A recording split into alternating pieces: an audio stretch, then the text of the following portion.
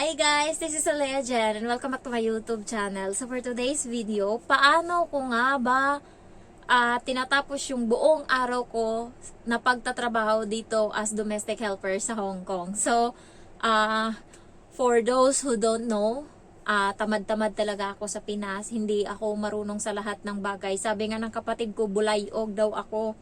Simula bata kami, talaga, hindi ako pinapabuhat nila ng mabibigat kasi wala talaga akong lakas. Parang feeling ko mamamatay ako.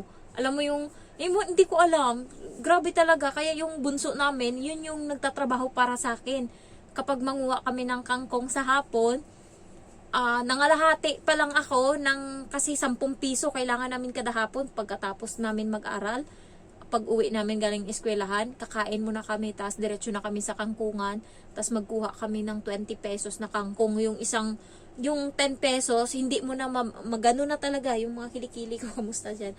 Gano na talaga, bago ganon kalaki. So, nangunguha kami niyan, siya nakapuno na siya, natapos niya na yung kanya ng bugkos, ako hindi pa. So, tinutulungan niya ako parati. Ganon talaga. Tapos, hindi ko rin expect na siguro guys, din sa akin, blessing din sa akin yung mga pinagdaanan ko sa Pinas na at least natuto ako magluto. Lahat ng luto alam ko sa Pinas. So, doon ako siguro nasanay kasi una kong sabak ng trabaho, naging katulong ako na / tagabantay ng tindahan doon sa probinsya namin.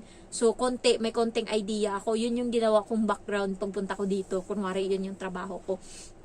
Pangalawa is doon sa Maynila, nagtagahugas ako ng karinderya. So, nakakapagod lang siya kasi basa ako parati. Tas ang baho ko. Ang baho kasi tumatalsik yung mga oil dito sa may hugasan sa damit ko. Yan. Tapos, basa parati yung tsinelas ko kasi nga tumutulo. So, yun. Isa yun sa mga struggle ko na nalagpasan ko yun. Grabe yung buhay. Kaya sinasabi ko sa inyo, magtiis kayo kasi nga matatapos at matatapos din yan. Hindi ka habang buhay nandyan. So, yung kaibigan ng kapatid ko, inaya niya ako na, huwag ka na dyan magtiis. Kasi grabe umiiyak na ako, nagwawala na ako minsan. Kasi nga, Sabado, buong araw akong nagtatrabaho sa bahay kasi day off ko yon. Monday to Friday, nagtatrabaho ako doon. Tas Sabado, nagtatrabaho naman ako sa bahay. Naglalaba ako buong araw, damit ko, tsaka damit ng kuya ko. Natatapos ako hapon na. Tapos, pag Linggo pa, na yun na nga lang yung pahinga ko, tatawagin pa ako ng amo ko sa baba nung time na yon. Nung time na yon, nangungupahan kami sa kanila. Sa taas kami, baba sila. So, pinapatawag ako kay mamalengke do kaming dalawa. Walang bayad yun. Sama ako sa palengke. Tapos, kadiri pa doon. Kasi, doon, nagcha-chop-chop yung mga baboy. Ang baho ng mga amoy ng isda. Tapos, sa gulayan, ganyan. So, hanggang sa napagod ako sa ganyan, nagwawala ako minsan. Kasi nga, yun na nga lang yung time ko na magpahinga. Tapos sinipa ko yung lahat ng gamit sa bahay. Yung kuya ko hindi na makaano sa tantrums ko nung time na yun. Nagwawala talaga ako, sumisigaw ako. Sabi ko, pagod na nga ako sa trabaho. Sabi ko, ito na nga lang yung pahinga ko, kukunin nyo pa. Ganun talaga ako. Tapos nasa baba lang yung amo ko. Tapos bumaba ako sa baba. Mugto yung mata ko. Tapos simula nun, sabi ko, hindi ako magtatagal dito. So, naghanap kami sa mall. Yun, nakahanap ako ng trabaho sa mall. So, ano yung ginagawa ko dito? Ang ginagawa ko is, binibilisan ko yung trabaho ko sa umaga kasi nga iluluto ko yung bata. Tapos, ayan, kakain ako ng almusal ko. Tapos, diretso na ako niyan trabaho. Ang ginagawa ko kasi walang CCTV doon sa kwarto ng amo ko. Kasi, ewan ko, wala na. May tiwala na uli sila. Pagpasok ko doon, upo muna ako sa gilid, magmumuni-muni ako. Minsan, mihiga ako doon sa may upuan, banda, sa may parang bench. Miga ako doon saglit. Tapos pagka okay na yung katawan ko, bango na ako. Tapos magsimula na ako niyan magligpit. So, yun, sunod-sunod na yan. Basta ang asikasuhin mo lang sa amo ko dito, asikasuhin mo lang yung CR para pag uwi niya. Kasi minsan maaga siyang umuwi. Didiretso siya doon sa kwarto nila. Basta asikaso na. Ang ginagawa ko, inuuna kong tapusin yung kwarto niya. Linisin ko, imap ko, tapos yung CR nila doon, asikasuhin ko na. Kasi pag umuwi yan siya, hindi na yan siya lalabas pagka yung CR matino, tapos yung kwarto okay. Doon na lang siya pipirmi sa loob ng kwarto. Minsan natutulog siya, hindi ko alam anong ginagawa niya. Basta hindi siya lumalabas. Halimbawa, darating siya alas 11, alas 12, hindi na yan siya lalabas hanggang sa lumayas na lang ako ng bahay, sinundo ko na yung alaga ko, siya nandun pa yan. Kung minsan naman, magpapaluto siya sa akin, ayan. So, nilulutuan ko siya. Ano lang din ako sa amo ko kasi hindi siya maarte. Halimbawa, sabihin niya na lutuan mo ko, tapos kahit hindi na mainit yung pagkain, okay lang sa kanya. Ayan, kakain lang yan siya dyan. Hindi ko lang alam, pero okay din yung ano ng amo ko. Alam nyo ba guys, yung subscriber ko, nakita na niya yung amo ko kasi sabay kami nung nakaraan nagsundo sa bata. Nakausap pa siya ng subscriber ko. Yung alaga kasi niya ng subscriber ko, kaanuhan namin ng alaga ko. Pagka nakikita namin yung sisigawan namin, "Haya!" Gaganon kami. Tas yun naman yung bata, talagang ganon-ganon yun. Tapos mag-ano siya ba, gaganon siya, mag-iinarte siya. Tapos yung alaga ko mag-iinarte din. So, nakita ng amo ko na yung bata, yung alaga kong ang bata, ano na ba, open na. Dati, ayaw niyan makipag-usap. Gusto niya sa kanya lang umiikot. Alam mo yung, ano lang, maglaro lang siya dyan. Kahit maraming bata sa park, hindi siya nakikipaglaro. Ano lang, yung parang may ano siya, may saltik siya, ganun. Pero ngayon nagulat yung amo ko sa improvement ng alaga ko. Marami na kaming kaibigan sa park. Marami kaming kaibigan. Tapos ano na yung alaga ko, active na siya. Dati umiiyak yan pag pinapapark mo, punta kami ng park, ganyan. Iiyak yan, pero ngayon, ayaw pa niya dati na siya yung tagahabol, siya yung magiging taya sa habulan. Ngayon gusto niya siya parati taya, tapos ako yung tumatakbo, hinahabol niya ako. So, yung amo kong babae, tuwang-tuwa doon. Kaya, wala na akong problema. Kasi nga, yun lang naman yung ano ng amo kong babae, yung bata lang priority. Sabi niya nga sa akin, hayaan mo yung ibang bagay, basta yung bata asikasuhin mo.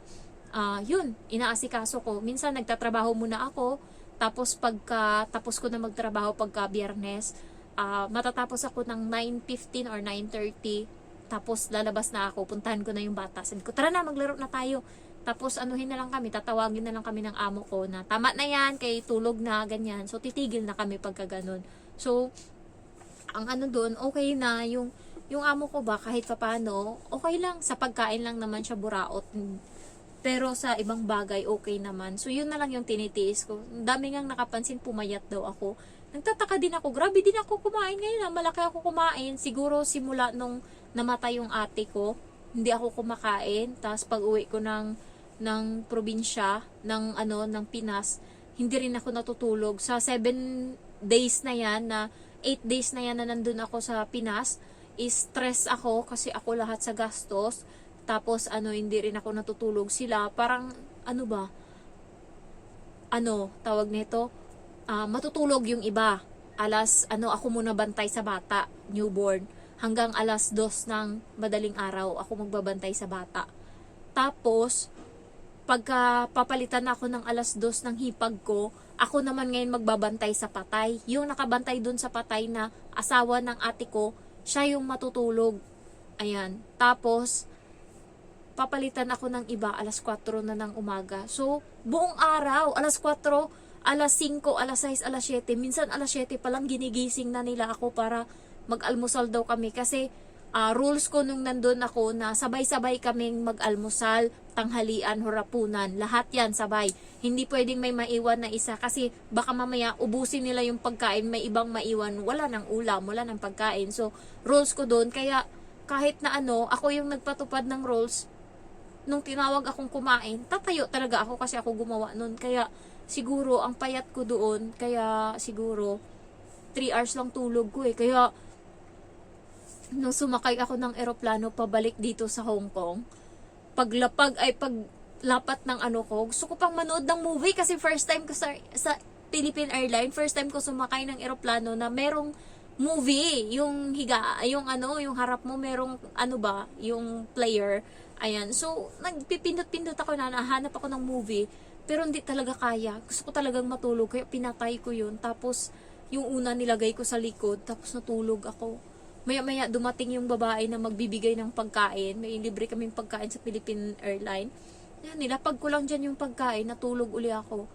Tapos yung katabi ko, siya na yung kumuha ng tubig doon sa babae na nagbibigay ng tubig. Nilapag niya din doon sa may mesa ko. Kasi tulog na tulog talaga ako. Hanggang natapos na yung sabi na ng eroplano, lalanding na, ganyan. Hanggang sa napansin ko na yung yung pagkain ko natapon na sa baba kasi walang humahawak, na tumagilid na yung eroplano, natapon na yung pagkain ko. So, ganun kalala yung tulog ko. So, grabe talaga, ilang araw. Kaya nga nung nagpunta ako dito, iniisip ko, grabe yung ano ko, pahinga ako 5 oras lang. Pero, nung umuwi akong Pilipinas, parang, ay, okay na pala ako sa 5 oras kaysa sa ganito. So, ayun lang, na-share ko lang sa inyo yung nangyari sa akin. Kaya yung trabaho dito, guys, madali lang naman siya, non-stop lang. Pagod ka talaga yung paa mo. Ako, feeling ko, tumataba nga ako kasi masakit yung talampakan ko kasi bumibigat na ako. Yun yung ano ko, yung napansin ko. So, ano lang ako sa trabaho, focus lang. Tapos, basta, nagpa-plansya lang ako. Swerte ko sa amo ko kasi walang arte ba. Hindi kanya, yung mama niya, anuhin talaga yan, idiin mong maigi yung paglinis, ganyan. Dito sa amo ko, hindi ganun. Tsaka nakikita niya naman, ayoko ng madumi na bahay. Kapag nakita ko may madumi dyan, nililinis ko yan, nililigpit ko yan. Gusto ko masinop ba? Kasi ganyan ako sa bahay, yung organize lahat. Pero yung kwarto ko, hindi ko ma-organize kasi nga, maraming gamit dito na pang pa-box. So, matapos lang to, siguro sa sunod na. So, ayun lang guys, ang trabaho dito is, hindi siya mabigat, non-stop lang. Yung iba, namamalengke pa sila. Swerte ko, hindi ako namamalengke. Dito lang ako sa bahay. Tas mostly, puro online. Pero marami ditong swerte sa amo. Wala masyadong trabaho. Sinasabi ko sa inyo, mga kaibigan ko ang swerte. Yung iba, alas 8, nagpapahinga na. Tas gising nila alas 5:30 ata. Pero alas 8 ng gabi, pahinga na. Tapos, may isa pa akong kaibigan. Siguro manonood yun siya. May isa akong kaibigan na napakatamaran talaga sa buhay. Alam mo yung hindi siya naliligo. Kahit summer na ngayon, hindi siya naliligo. Ilang araw yan. Sabi niya sa 1 linggo, 2 beses lang daw siya maligo. Kasi sa kwarto niya, meron na siyang CR. Meron ng CR na kasama yung kwarto niya. So, hindi nalalaman ng amo niya na hindi siya naliligo. Akala siguro ng amo niya, naliligo siya araw-araw. Hindi siya daw naliligo. Twice a week lang. So, natatawa ako. Kaya tinatanong niya ako minsan pag nagsusundo kami, Day, bakit maputi ka, Day ba? Sabi niya ganun sa akin. So, sabi ko, sabon ka lang araw-araw, ganyan. Paano kung magsabon kay 2 beses lang ako sa 1 linggo maligo? Ay, kaya pala ganyan yung katawan mo, ganyan yung kulay mo. Niloloko ko. So, yung trabaho dito is hindi naman non-stop lang talaga. Tsaka dito ka mangangarag sa stress sa amo. Lalo pag yung amo mo, puro salita ba, maingay, toxic, dun ka may stress. So, time check, it's already 9 in the evening. So, kailangan ko ng magpahinga. So, marami pa akong kalat dito sa baba. Yung mga pinamili ko kanina, hindi ko pa naasikaso. Ayan, so ipapadala ko na yan next week. Excited!